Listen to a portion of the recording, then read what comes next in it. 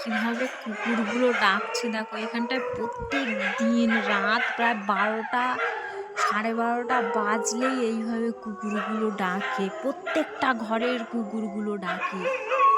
এমন কোনো দিন যায়নি যে কুকুর ডাকা বন্ধ করেছে।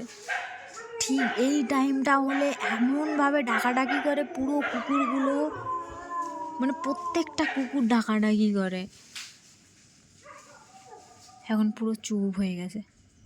এই কিছুক্ষণের জন্য ও এত জোরে চিল্লাবে, প্রায় 10 মিনিট ধরে এরকম চিল্লাবে, 10-15 মিনিট ধরে, তারপরে পুরো চুপ হয়ে যাবে। তারপরে আর সারা রাত কোনো আওয়াজ নেই।